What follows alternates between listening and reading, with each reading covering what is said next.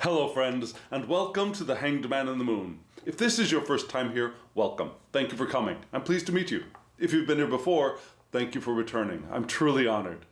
Friends, if you are a returning visitor, you know that I'm still at the beginning part of my deep dive into the Thoth system, the system created by Lady Frida Harris and Harris-Crowley. And it's been an exciting journey, an enlightening journey so far, and I know that I and hopefully we are going to continue learning and growing together as we explore this system of tarot.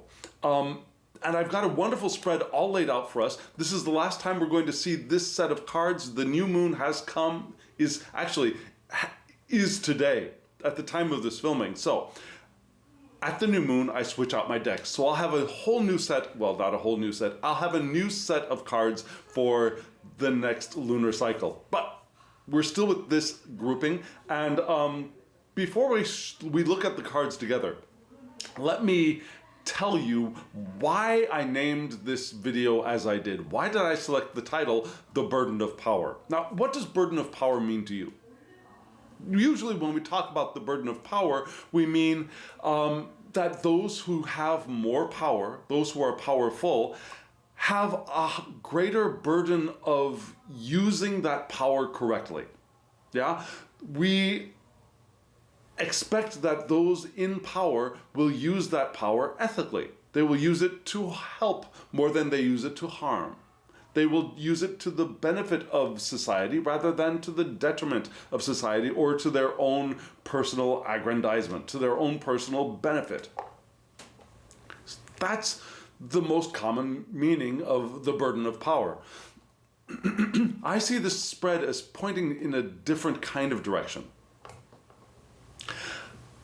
This spread seems to me to be speaking to those times when we feel energized, when we feel powerful, and we're not exactly sure what the heck to do with that power, when we feel we've got the energy but we haven't found its outlet yet. Have you ever felt that? Have you felt like, okay, I'm finally starting to get my groove back on, I'm starting to feel energized again, and now what am I going to do? And then suddenly you feel that burden of energy that's not found its way out yet. Have you experienced that before? It's not a horrible thing, but it is a little bit challenging, right? And I think that's where this spread is going. Now, I haven't read it in depth yet. We're going to do that together. And we may discover that I have mischosen the title to this video at the end of it. So let's take a look. What I'm going to do now is I'm going to show you the entire spread. We'll talk about the cards briefly, and then we're going to go read the spread in detail. Are you all ready for that? If you are, come along with me. Here is the full spread.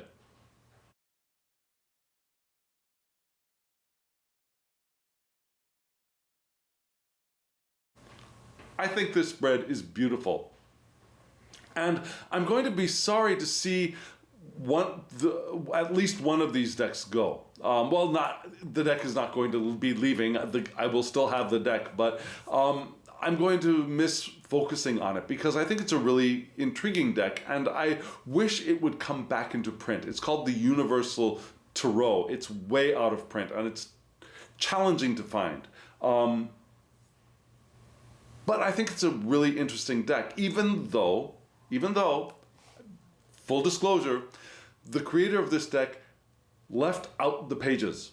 And I've got a discussion of why I think the creator of this deck left out the pages on my first use of the deck, which was about 4 weeks ago. And if you want to go check that out, I'll put a card up here for you to go hop on over and take a look at that.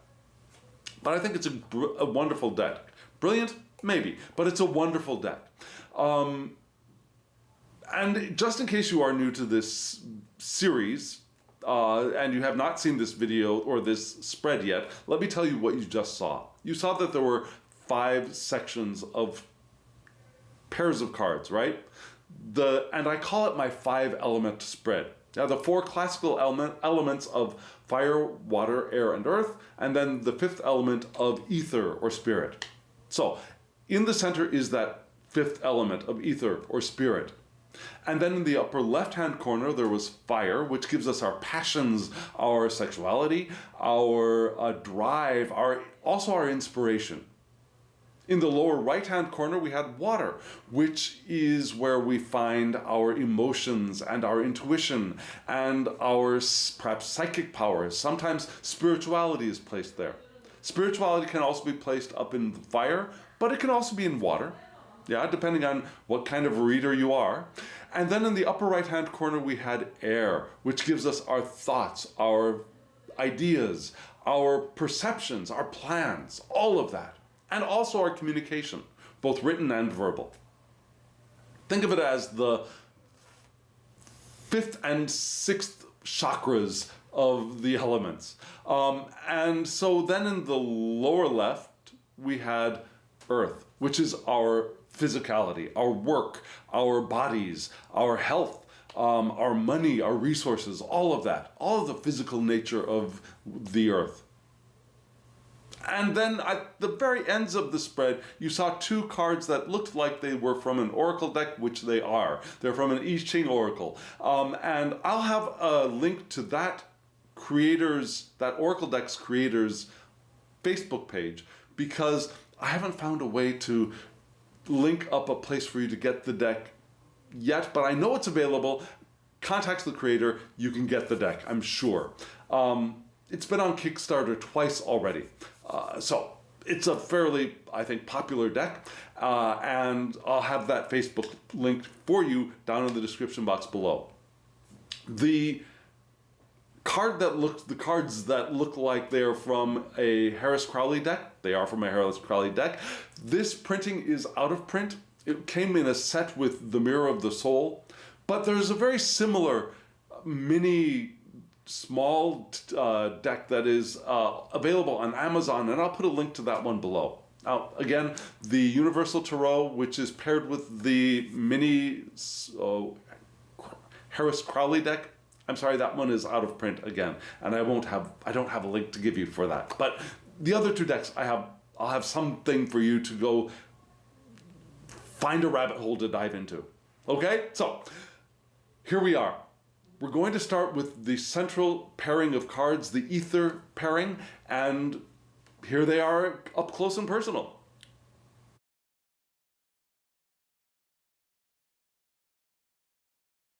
So in the ether section, you just saw two cards, the Four of Discs and the Ten of Wands. And maybe now you see why I decided to choose the title, The Burden of Power, because the Four of Discs title is power. Now, you couldn't see that, but maybe you already know. The Ten of Wands in the Harris-Crowley deck is called oppression. So power, oppression, the burden of power. That's why I chose the title. And we start off with, in ether, in our spirit, the energy that is coming in through the non-physical. Begins with this card, the Four of Discs, which is power. And it is associated with the Sun in Capricorn. Now, for me, the Sun in Capricorn doesn't make much sense because I go with the classic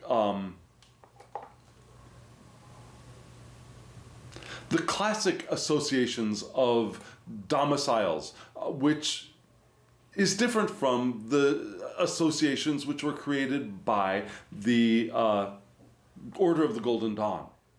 Yeah, so for me, the Sun should be in one of the fire suits, either Leo or Capricorn, Leo, Sagittarius, or Aries. And here it is in Capricorn, an Earth suit. But according to this system, the Sun in Capricorn points to the power of structure and order in the material. Yeah, there's manifestation, integrity, and character here. And you see this wonderful fortress here, right? With the four corner turrets there, yeah? And at the top of each one of the turrets, there is one of the four elements. Can you see that? Now there's fire, water, air, earth, the emblems for those four elements there. So we have access to all of the material resources that we need here. So negotiations here are possible, agreements, accord, but we have to remember that it's not stationary, it's power in movement. Now you see the road leading into the fortress, right? Now, the power flowing through Capricorn needs to come in and be dispersed and move around, right? So there could be gain of money or influence here. There's a dependability that is called for because, Capricorn, right? But there's a power here. We have all the resources we need. We've got the energy. We can negotiate. We can manifest. We have integrity. We have character. We have everything we need. And it should not be stationary. It should be flowing. It should be in movement. And yet, right next to it, we have the Ten of Wands, which is oppression. And you see that this is associated with Saturn in Sagittarius. Now Saturn doesn't, in my way of reading these zodiacal associations with planets, houses, domiciles, Saturn is not a natural match to Saturn. Saturn is not a natural match to Sagittarius. Now, Sagittarius has 3 domiciles. Has 3 decanates, I should say, 3 decanates in this one domicile. The decanate of Aries, which should be Mars, the decanate of Leo, which should be the Sun, and then the decanate of Sagittarius in Sagittarius, which should be Jupiter. Jupiter, the Sun, and Mars are very happy in this place. But here we have Saturn, which is harsh. And Sagittarius doesn't really like that harshness. It feels constricted. When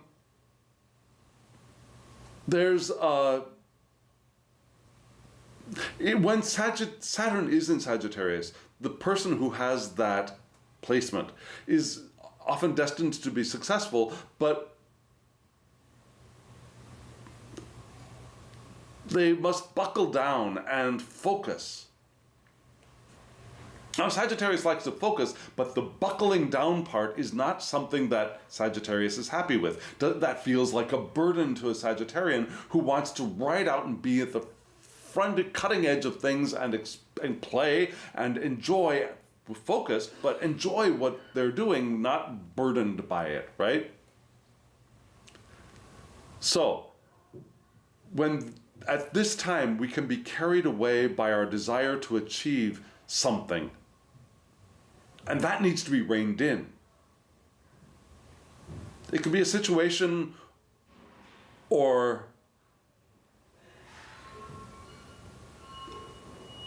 being stubborn or obstinate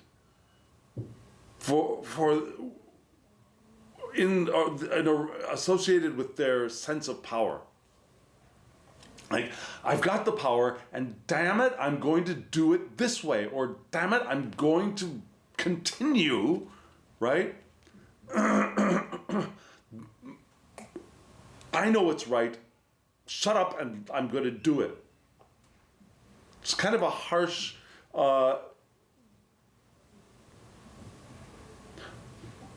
restrictive way of applying energy. Or maybe our ambitions are overstretched here. Or we're lost. And it's a call to return to the source of the ace at this time. Now, go back to find the why. Why are we doing this? Why was this thing begun in the first place? Find the why again. And here, in this card, it's really interesting. You see all of these wands of power, and they're laced together, which could be wonderful if they're working as this magnificent mandala of powerful energies. But here they seem to be blocking each other. Each one of these wands seems to be preventing the other wands from movement, if that makes sense. So these intentions or desires are blocking each other from their fulfillment and their progress. And often the oppression is internal rather than external. We feel overwhelmed by what we've got. And so that's why, as I see these two cards together coming through spirit, we've got this power, this energy, the material that we need to work with this energy. We have the character, we have the responsibility, and yet we're blocked by perhaps our stubbornness, perhaps our overreaching of what we can do at this time. Like, I'm not going to do this, I'm not going to focus on this, I'm going to focus on that. Because that's what I want to do. And all the stuff that perhaps I need to do or want to do, I think I need to do to get to there, I'm not going to do that, I'm going to go there, you know? That's the overreach. Not that thing is unattainable, it's just that it's not attainable now. We need to go from here to here to here to there.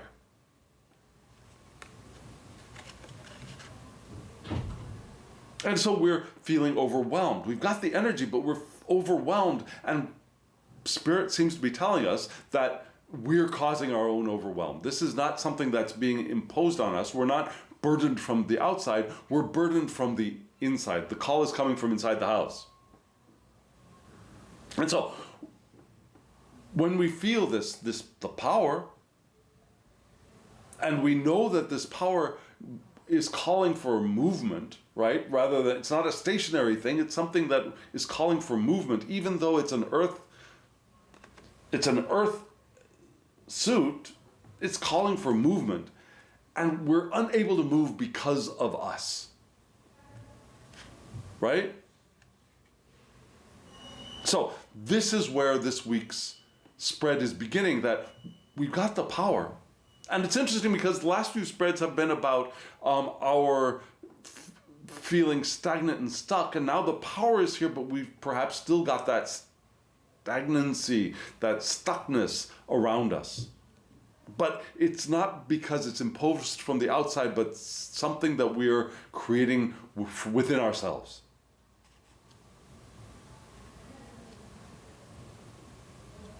So, what do? Well, we've got this card also offers a little bit of the beginning of a solution. Go back, look at the whys. If we don't know our whys, we collapse, right? Why am I doing this? Why did I start moving in this direction in the first place? And if we reconnect with the why rather than the what's and the hows, the energy will find its natural pathway of flowing into and with our powerful, powerful current of intention. Because remember, we're powerful whether we realize it or not. We have access to infinite power whether we allow ourselves to open to it or not. And that power, for want of a better word, I think is intention. So friends, this is what is coming to us from Spirit. Now let's see what the other elements are going to help us understand. Let's look at the fire grouping. Here the cards are right now.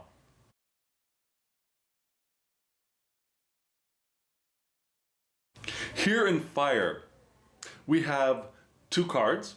One of them is the Five of Wands, which is a perfect fit for the fire section of the suit, of the spread, I should say, the fire section of the spread. And then we had the Seven of Swords. Now, elementally, these two elements work beautifully together. Yeah, fire is a natural match to fire. Swords, the air part, which is swords, feeds the fire, expands the fire, helps the fire to grow. And sometimes that's not all that beneficial, especially in this part of, especially with these two cards together. Yeah, we've got a 5 and a 7. Generally, 5s and 7s are not so bad to me. I like the breakout feeling of 5s, and the 7s, in at least Marseille, are, for me, they're the bringing our special qualities, whatever they are, out into the community. It's the movement out of the 7s to me. And yet, in Crowley's deck, in the Harris-Crowley deck, the 5 of Wands is not a happy card. Yeah, you can see it's a beautiful card. The art is gorgeous. I love that yellow background. I love the fire behind the 5 wands there. It's called Strife, though. And it's Saturn. We've got Saturn again. Yeah, we had Saturn in the 10 of Wands with the Saturn in Sagittarius. Here we have Saturn in Leo. And again, to me, Saturn doesn't belong in the fire signs, but here we have Saturn in Leo. So Saturn is coming to kill the party again. And people who have Saturn in Leo are, again, responsible. They're hard workers. They are also stubborn. Leos are stubborn too. Yeah. So Saturn in Leo increases that stubbornness, perhaps. And they are hard to move. Try and get somebody with Saturn in Leo to do what you think they should do, forget it. Yeah? So this card points to struggle, challenge, or even a dreadful relationship, an unfavorable relationship between people.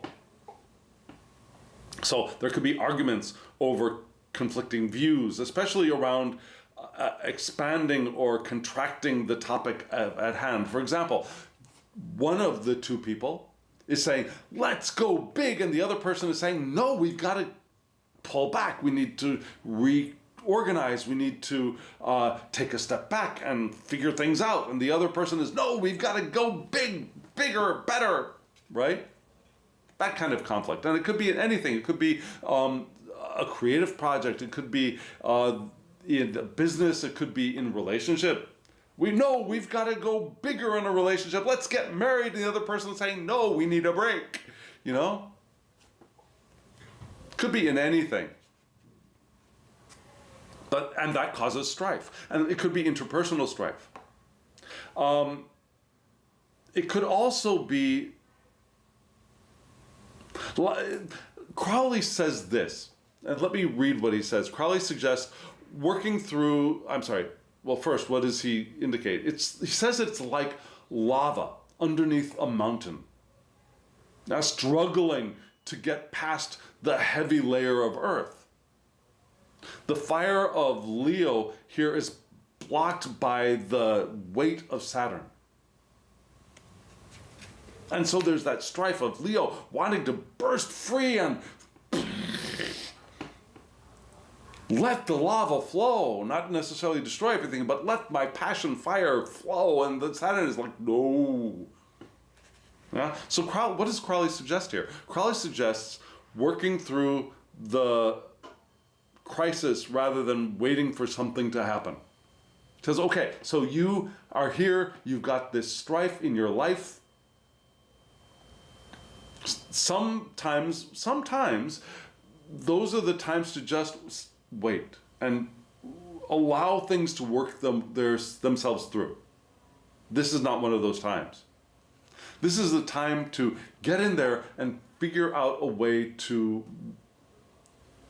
negotiate a path through whatever conflict there is. Yeah? So, again, Saturn, the 10 of Wands, the oppression, that Saturn is here causing strife in our passions, which is why, and that's where that energy is, right? The power that we feel is often felt in the fire element. And it's there that there's conflict and there's strife, and it is calling for some kind of working through. Which is challenging because of the next card. It's the 7 of Swords. And remember, swords builds up the fire. Air builds up the fire. And what's building up this sense of strife is the Seven of Swords, which is futility. You feel like, okay, so there's this blockage, and now our thoughts are all about futility. And this card points to the moon in Aquarius. I don't know if you can see them here. Right at the bottom of this, what is the name of that Tibetan wand? It starts with a D. I think it's called it's not a druid. It's anyways, it's a Tibetan wand. At this little bit, you see where my finger is pointing towards. There's a little signia, a little Aquarius symbol, and the moon, well, that's difficult to miss. It's right there at the very, very top. So, what happens when the moon is in Aquarius? These people are generally gregarious, and they may be spontaneous and rebellious. Now, Aquarians are often rebellious and spontaneous, right? So, the moon here softens that up and makes them more gregarious than they might otherwise be, is the way I see it. Because, now, Aquarians get along with people very well, but there's a cool quality to that getting along with other people. And here, the moon softens that and makes it become more of a gregarious, a more friendly kind of Aquarian. Now, Crowley, pointing to this card, now this is not the Harris-Crowley deck, but Crowley, pointing to the Seven of Swords, says, snatching defeat from the mouth of victory. Now, we've got this, so what does that mean for us? We've got this power here, but it's our minds are getting in the way. Our minds are what is causing the strife and, again, the oppression, I believe. This is what is blocking our flow of energy, our flow of power. And this card bodes ill for projects that appear strong. Yeah, you think you've got it all under control. It looks like a really good plan, and this card is saying, stop, just stop. On the other hand, when things seem to be a little bit shaky, things seem to be a little bit less strong, this can actually be a beneficial card. However, Crowley suggests we don't throw bad money after good. Trying to improve a bad situation by putting more resources into it is not the time. This is not the time for that. So this is the time for appeasement, for compromise, I'm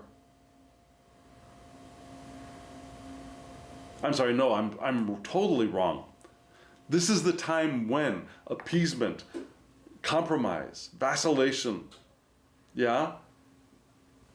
passive diplomacy, all of these things can make us become the prey of other people. So we have this power, we're blocking our own power, and in this feeling of the oppression of power, which is what I'm still calling this video,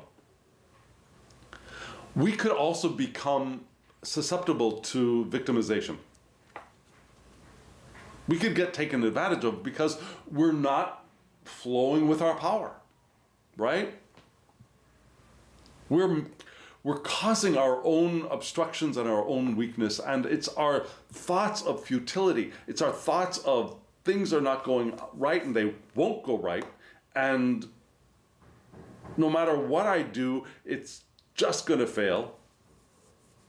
That is blocking, making our feelings of futility increase and causing our sense of oppression, even though the power and resources are all there. Which is what Spirit has been indicating for us so far, right? And maybe we want to blame Saturn. Maybe we want to blame the rules and restrictions, but we don't want to blame Saturn.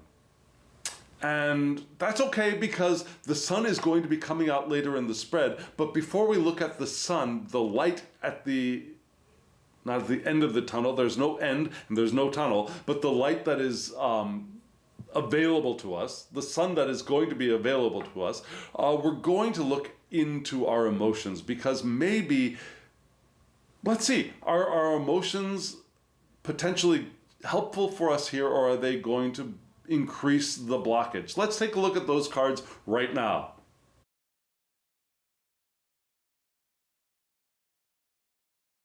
So far, we have not had any elemental indignities.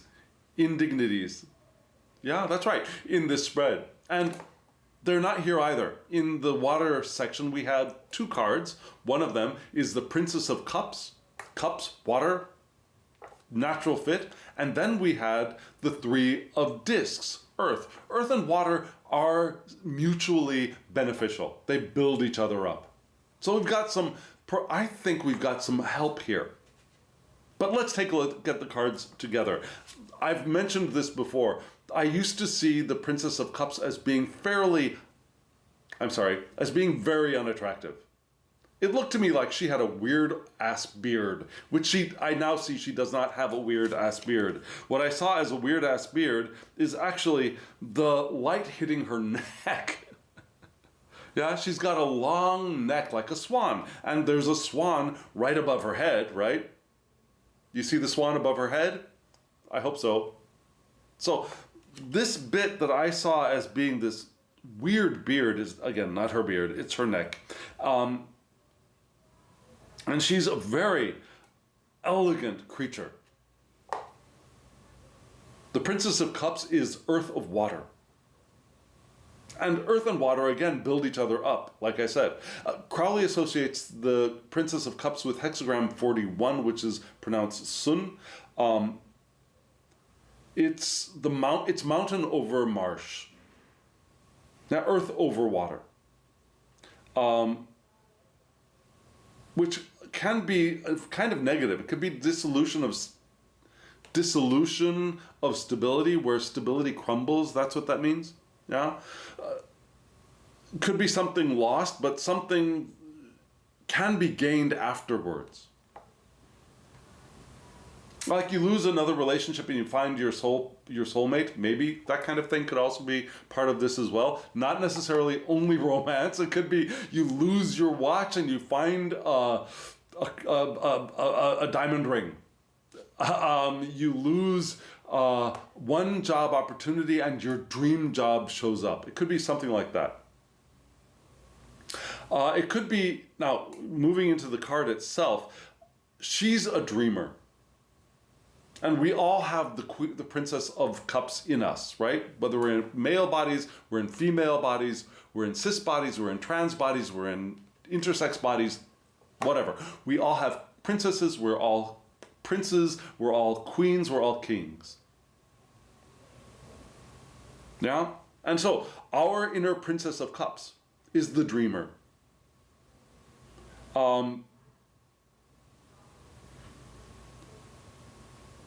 But she's also the cleaner. Yeah, she can with her power, she can wash away things completely. Yeah, wash away all of the detritus, which I guess could be part of that, maybe the beneficial side of the dissolution of solidity. Maybe that solidity is an encrustment that we want to wash away. We want it to be dissolved. So she can do that.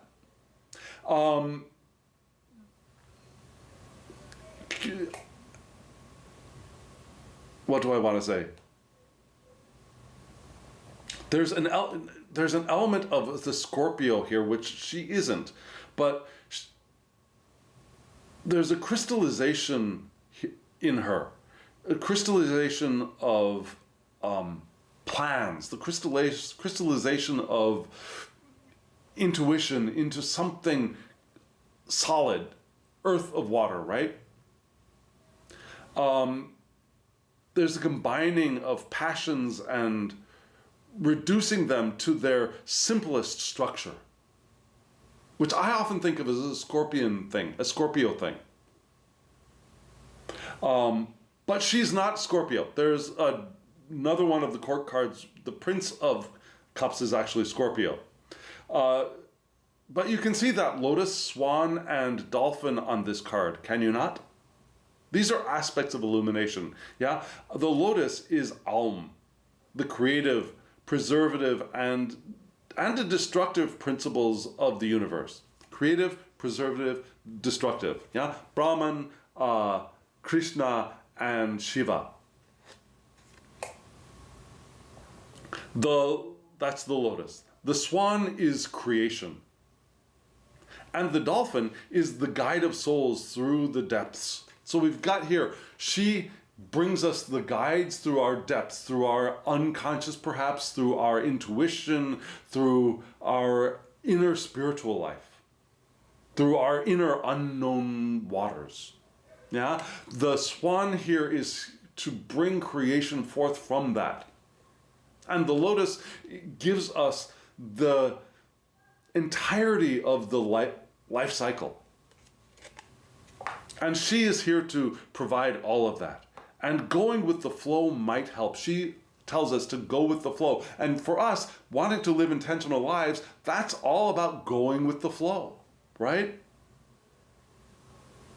And she's paired with the Three of Discs, which is, this rendition of the Three of Discs, I think, is really interesting. We've still got that idea of the triangle and the three discs there. We still have the association of Mars in Capricorn, which is, again, not, well, let's see. Yeah, Mars does not naturally belong in Capricorn to me. What belongs in Capricorn would be Saturn. Saturn, Mercury in Virgo, and what is Taurus? It's Venus, right? Not Mars. And Mars is however, Mars is exalted in Capricorn. So, I take it all back. Mars belongs here because Mars is exalted in Capricorn. It's not one of the three decanates, it is exalted here. So, that power of the Martian, Martian, is lifted up in this card as well. The presence of work and progress is here. A structured increase. Yeah, the princess brings things together, crystallizes them, and this earth, this materialization of that, strengthens those ideas, that structured increase. The understanding has become one with the work and all creation. There's no division between what we are doing and who we are. We are the doing of ourselves, right? That's here in the Three of Discs, called works. We have air, fire, and water here, which is the formation of the pyramid of Earth. Also, other things are here, yeah? We have mercury, sulfur, salt for the alchemists. We have the three ganas for the Hindus. We have the three mother letters of the Hebrew alphabet, Aleph, Shin, and Mem. It's all here. Now that trinary of bringing things together to manifest, which is wonderful here with the princess, right? And this builds her up, I believe. She is the one who's aiding and bringing all of these together, and all of these things come together to aid her. So here in our emotions, this is where I think the beginning of our journey of reconciling the power that we're feeling, of moving our way out of the obstacle, out of the futility of strife, happens here in our personal emotional area where we allow ourselves to emotionally, intuitively swimming through the depths with our dolphin guide, we find the path through. So this is an emotional journey. An emotional journey of manifestation, right? So, now, and remember that fire and water are ill-dignified, right? So our problem is up there in the fire, and our water is actually what's here to help bring us through the blockage that is we're feeling up in our passions, in our drive, in our inspiration. We want to feel our way. Now we're going to move into our air, to our thoughts, our vision, and see if we get any help there, or if we're going to get blocked once again. Let's take a look at those two cards. There are two cards here. Here they are.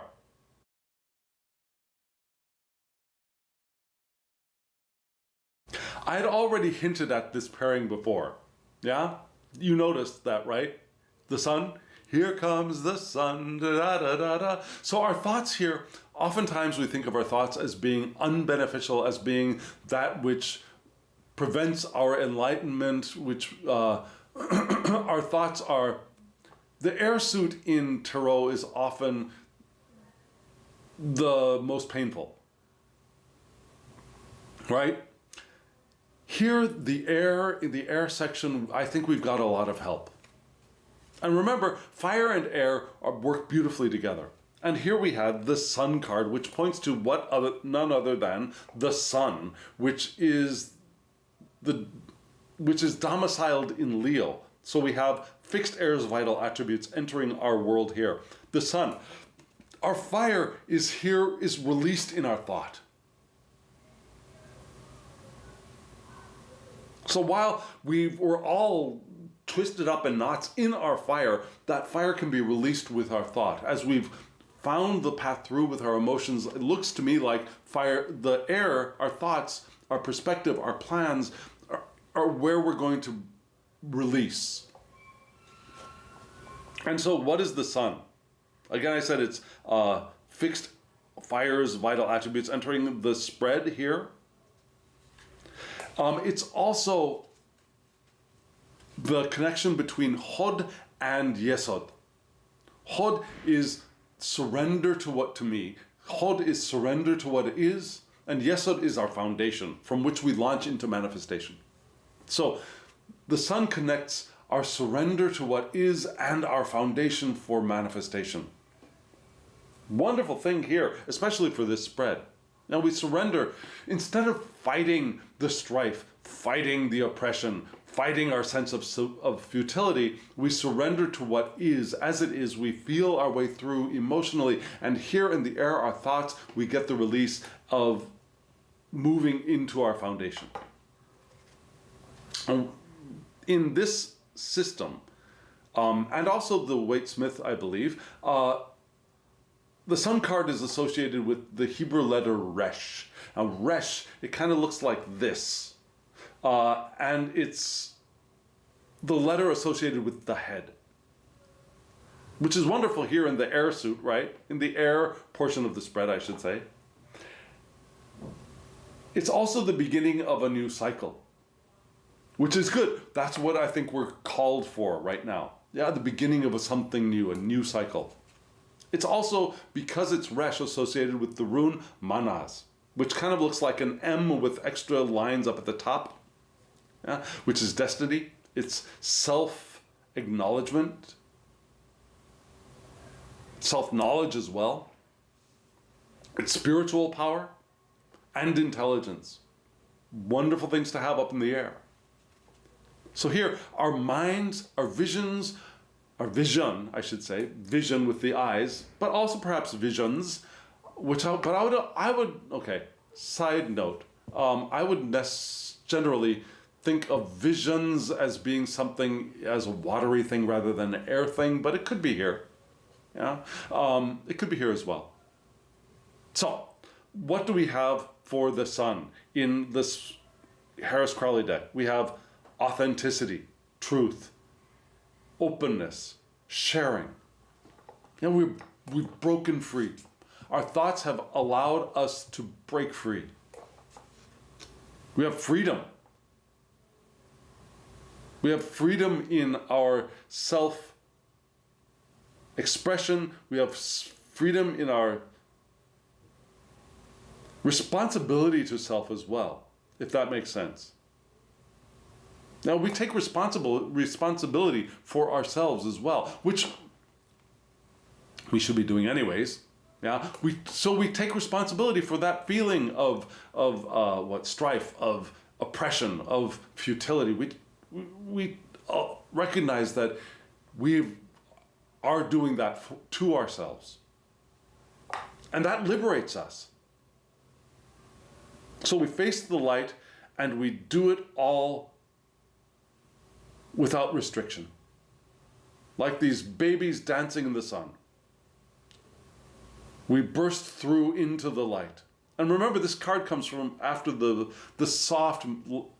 moon. Okay, so in this deck, the moon is a very, very negative card. It's a very, very negative card. It's probably the most negative card in the lot for Crowley, for Harris. And so this sun card is like the bursting forth from that darkness in this deck. I wouldn't read it that way in other decks, because for me the moon is something else. For me the moon generally, especially in Tarot de Marseille and the Smith-Waite deck, for me the moon is, it's the soft light.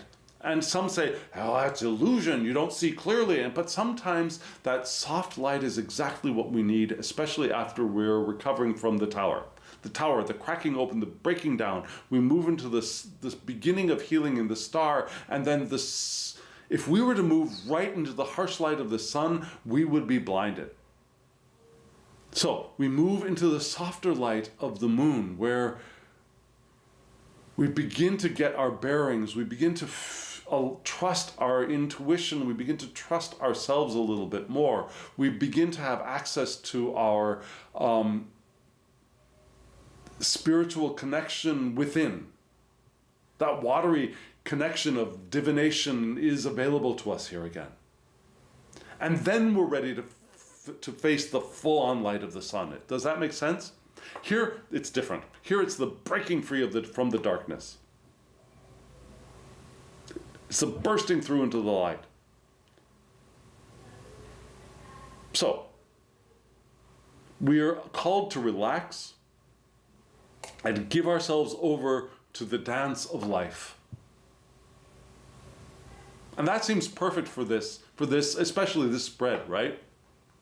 And that's where we want our minds to be, to give ourselves over to this dance of, when you dance, it's not always moving forward, right? We move forward, we step back, we step to the side, we turn, we flow with intention. And so this card is asking us to give ourselves over to that in freedom, in knowing the truth, in openness, in sharing in it, and in our authenticity, with the power of the sun. And that power of the sun is emphasized in this very next card, which is the Three of Wands. And this Three of Wands, I think, is gorgeous. I love the redness here. I love the shape of the wands. And here we have what? We have the sun in Aries. So because of that, we have the fixed aspect of Cardinal Fire's vital attributes entering our world. And we can also know that we have the complement of Mars in Taurus here. I'm sorry, Mars in Taurus. Yes, I think that's right. Yes? So, we have fire in Earth here as well. So this card and this card together, I think, build each other up. I don't think they send each other out of control. I think they build each other up beautifully. So what is the Three of Wands?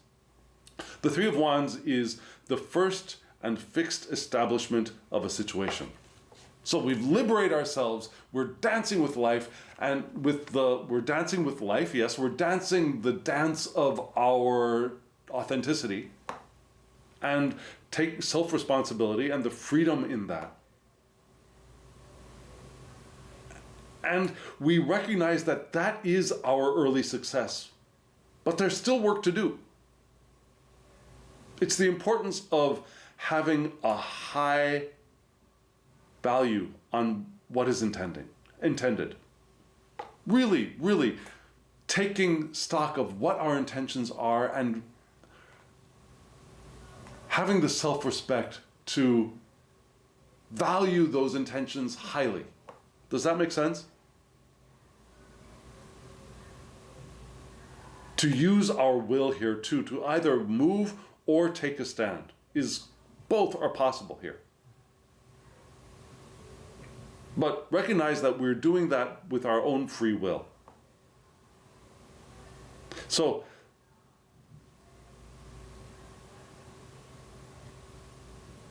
the creator of this deck itself, the Universal Tarot, says there should be a natural tendency of differing energies to work in harmony together here.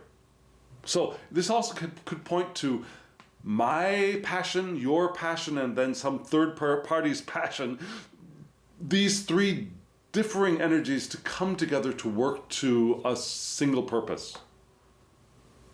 And doing it naturally rather than forcing it all to work together, if that makes sense. Allowing the natural flow of our divergent energies together to move us in a direction. And perhaps that gets us past that sense of oppression and strife because we're flowing naturally with the others, like that lava that was blocked by Saturn. Here, my lava stream, your lava stream, their lava stream will merge and join naturally together rather than forcing them together to go in one direction. So our thoughts, this is where our thoughts are. This is where our thoughts can be, and this is how our thoughts can benefit us. Now, moving from our emotions up into the thoughts of this can be very, very helpful. Now, we're about to bring this all down to earth, and let's see if this is let's see where this goes. Here are the two cards for Earth right now.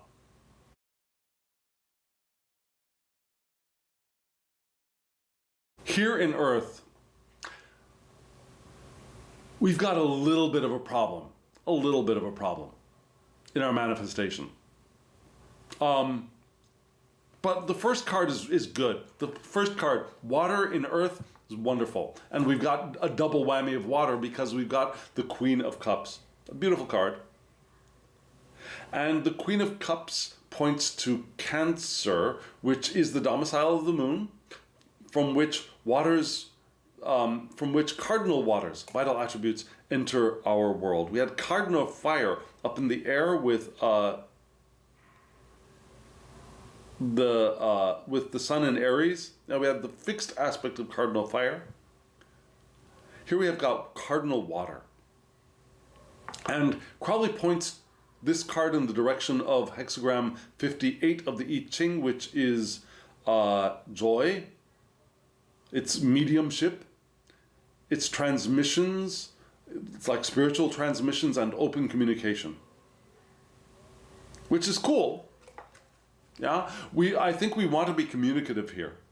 There are a lot of indications here of cooperation within ourselves, yes, but maybe even with other people. And this card here is beautiful. What do we have? Can you see the Queen herself? She's actually very difficult to see in the Harris-Crowley deck. And that's on purpose. Yeah, oftentimes the Queen of Cups, being water of water, is so reflective. She reflects everyone and everything around her, so you don't actually see her so much, but rather what she's reflecting back to you.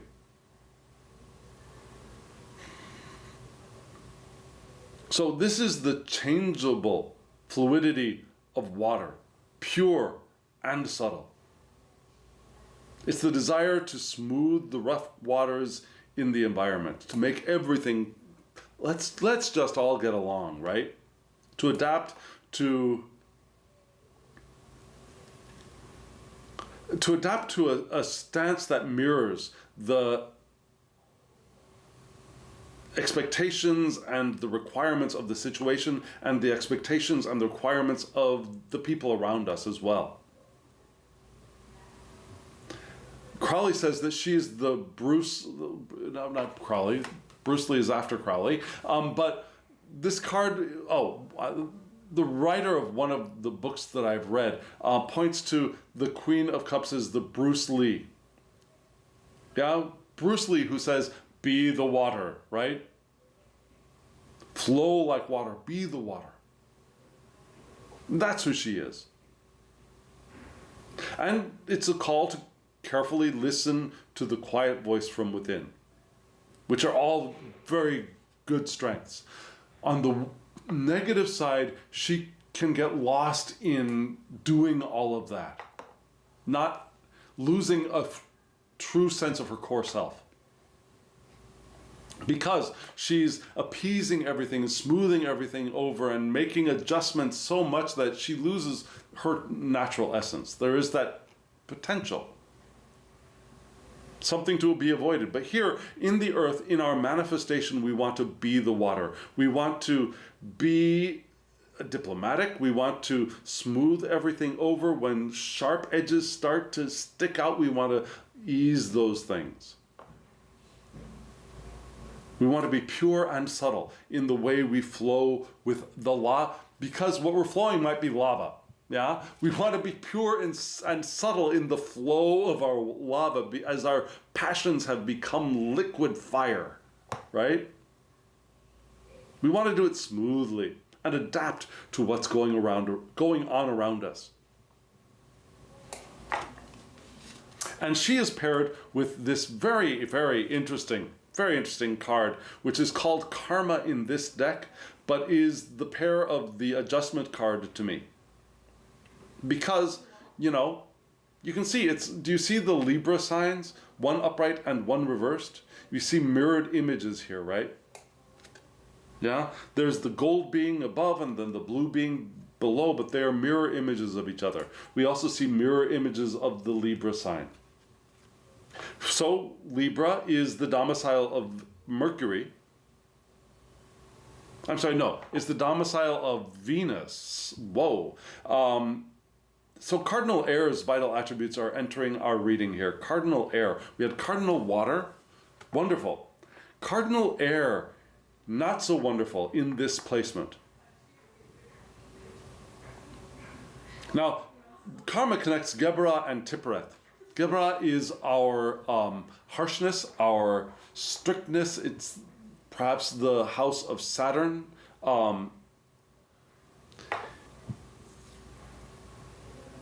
It's what gives us boundaries and borders and rules and regulations and all of those things, which are wonderful, which are very wonderful.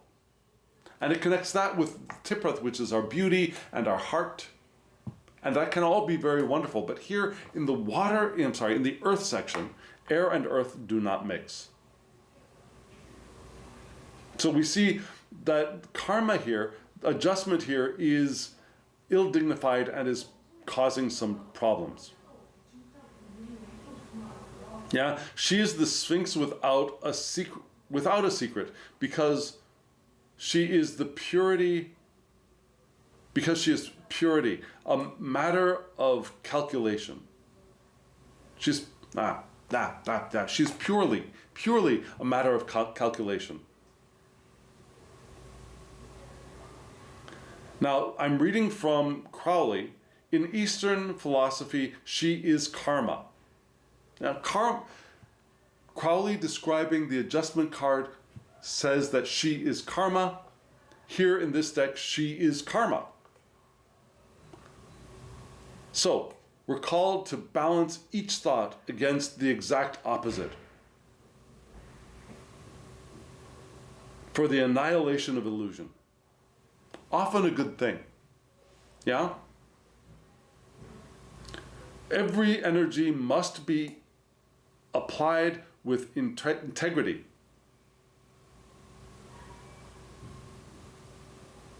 We have the call to suspend activity before action.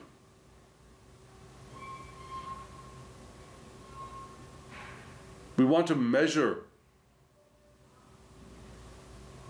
our self-alignment, what we have decided to accomplish.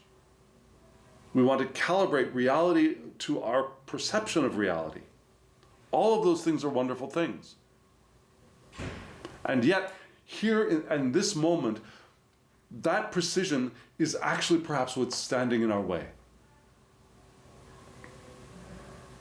Perhaps we're so focused on, it's got to be right, it's got to be balanced, well, I think this, but you think that, and then, or I think this is right, but I think that is right, and so I don't know what to do, and so we get oppression, we get strife, we get the feeling of futility. We're creating this, and I think maybe this is the pebble in the, what is it? Something that stops the cogs from moving. The pebble in the cogs? I don't know. There's a phrase for that. If you know, let me know in the comments below.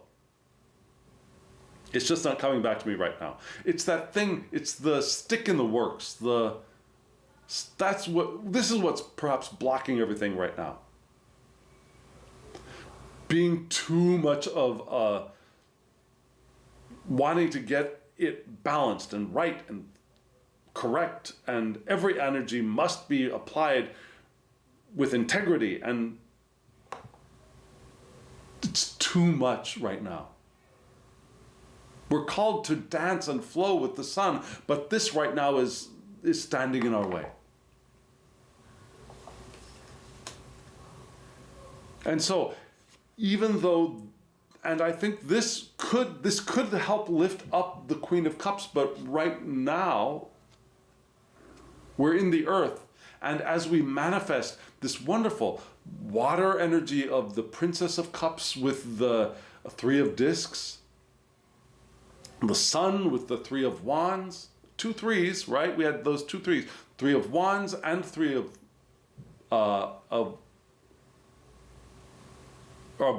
discs of earth. This karma card is the stickler, I think. Does that make sense to you? So we want to move around and past this karma card. Even though, every action has its consequences, yes. But too much focus on, well, what happens if I do this? Well, what happens if I do that? Well, what about that?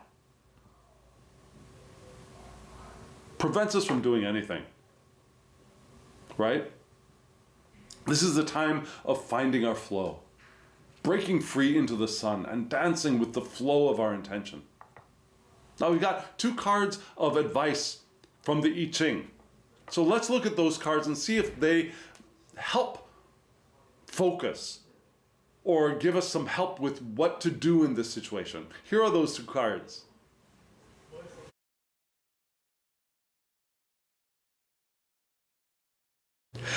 I think this deck is beautiful.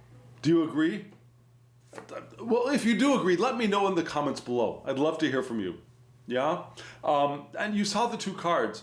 Did you notice that the color palette, the tone of the 2 cards were very different? Yeah? One was the army. First card is army, and it looks kind of blue-gray, kind of depressing, kind of dark. And then the other card is brighter, more fiery, a warmer card, and yet the title is obstruction. So not only are the color palettes in conflict, I think, but also the meanings are in conflict. But we're going to start with the one that looks darker, and yet I don't think it's so dark. This is the army card. It's Xi. It's earth over water. What does that mean? This is the groundwater which is stored in the earth. And the groundwater here is a powerful thing. It's like military strength that is stored in the mass of people. Yeah? It's the concept of an army as an organization of power. It could be a teacher or leader of many, with organization, with assembly, and with leadership. Forming a team to attain a goal, when the time is right to smoothly overcome challenges. It's bringing people together to accomplish a task with ease, with flow. It's not the coming together to work, kill. It's not that. It's not that at all.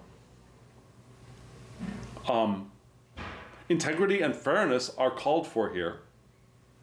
And help can come from family or friends. We're allowed to ask for help. So leading and being led, collaborating and pooling our resources are all called for here, which seems wonderful and seems like the culmination of the positive aspects of this week's spread, right? Bringing our resources together, bringing our people together, being part of the people that work together. Remember that Three of Wands card. And yet, right next to it, this very, very warm card is card number 12, Pi, I think, which is called obstruction. It's heaven over earth. Sounds nice, right? And yet it's called obstruction. Why? Well, things aren't connecting or harmonizing well here. There are challenges. There are tough times. Things may be rough now. They could be personal struggles. They could be interpersonal struggles. It could be because things just aren't aligning right.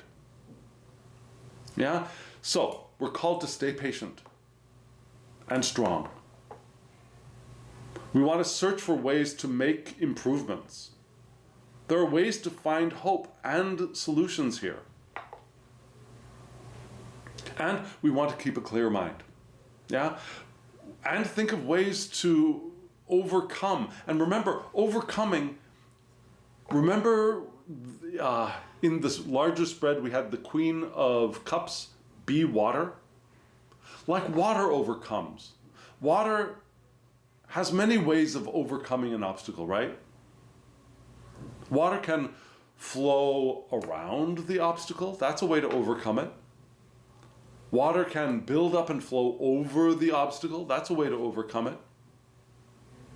Water can find the cracks in the obstacle and flow through it. It can flow under the obstacle as well. Sometimes it can find a subterranean path. And sometimes, over time, water can break the barrier down.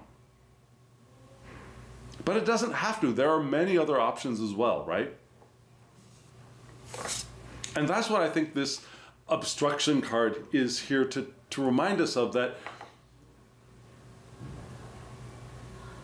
we have the power, we have the resources, we have the people, we have our leadership, we have our integrity, we have all of this stuff. We have we have the groundwater stored in our earth. And that could be with our peeps, our group of people. It could be within ourselves. We could be the leader, or we could be the ones led. And yet right now we're feeling an obstacle, right? We have this power, but it's not moving right now. The burden of power. And so, in this obstruction card, we recognize that. We recognize that things are rough now. And it could be interpersonal, but it's probably, looking at the larger spread, it's probably all here. So we want to stay persistent. We got the advice here. Stay persistent, stay strong, search for ways to make improvements. Now, do the water and the air aspects of this week's spread. Now, the air of the sun flowing and the Three of Wands together. Maybe it might include bringing people together to work together as well. Do the water of the Princess of Cups, which is able to dissolve barriers, bring stuff together to create, along with the three of discs of that power of manifestation.